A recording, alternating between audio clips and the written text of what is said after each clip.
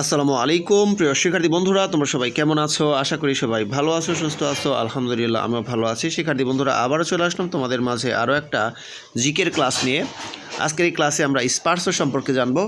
স্পার্শো এর পুনরূপ, এর প্রতিষ্ঠাকাল, অবস্থান, এর কাজ, এর পরিচালনায় কারা রয়েছেন সে সম্পর্কে জানবো। শিক্ষার্থী বন্ধুরা, তোমরা মনে রাখবে স্পার্শোর পুনরূপ হচ্ছে space research and remote sensing organisation. এর প্রতিষ্ঠাকাল হচ্ছে 1980 সাল, 1980। আর এটার অবস্থান হচ্ছে আগারগাঁও, ঢাকা। তাহলে স্পার্শোর অবস্থান কোথায়? স্পার্শোর অবস্থান হচ্ছে আগারগাঁও, ঢাকাতে অবস্থান। আগারগাঁও, ঢাকাতে এর অবস্থান। তো শিক্ষার্থী বন্ধুরা, আমরা তাহলে শিখলাম স্পার্শোর পুনরূপ হচ্ছে space research and remote sensing organisation. এর প্রতিষ্ঠা কাল হচ্ছে 1980। এর অবস্থান আগারগাঁও, ঢাকা।